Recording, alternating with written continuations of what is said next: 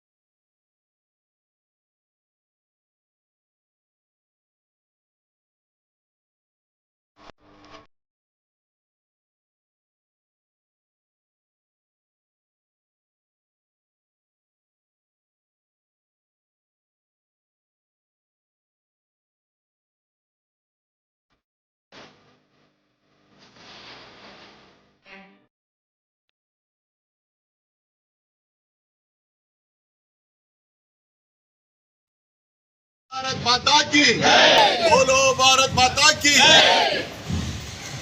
ಇವತ್ತಿನ 78ನೇ ವರ್ಷದ ಸ್ವಾತಂತ್ರ್ಯ ದಿನಾಚರಣೆಯನ್ನು ಸಾಲಿಗ್ರಾಮ ಗ್ರಾಮ ಪಂಚಾಯತಿ ಅಧ್ಯಕ್ಷರು, ಉಪಾಧ್ಯಕ್ಷರು, ಸರ್ವ ಸದಸ್ಯರುಗಳು ಹಾಗೂ ಸಿಬ್ಬಂದಿಗಳ ಒಂದು ನೇತೃತ್ವದಲ್ಲಿ ಆಚರಿಸ್ತಾ ಇರುವಂಥದ್ದು.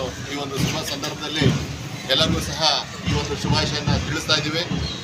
ಅದೇ ರೀತಿ ಸಾಲಿಗ್ರಾಮ ಗ್ರಾಮ ಪಂಚಾಯತಿ ವತಿಯಿಂದ ಸ್ವಚ್ಛತೆಗೆ, ಕುಡಿಯ ನೀರಿಗೆ ಹೆಚ್ಚಿನ ರೀತಿ ಆದ್ಯತೆ ಕೊಟ್ಟು ಸಾರ್ವಜನಿಕರ ಕೆಲಸಗಳನ್ನು ಒಂದು ಸುಸಜ್ಜಿತವಾಗಿ ಮಾಡಬೇಕು ಅಂತ ಅಂದ್ಬಿಟ್ಟು ಈ ಮೂಲಕ ಕೇಳ್ಕೊಳ್ತಾ ಇದ್ದೀವಿ.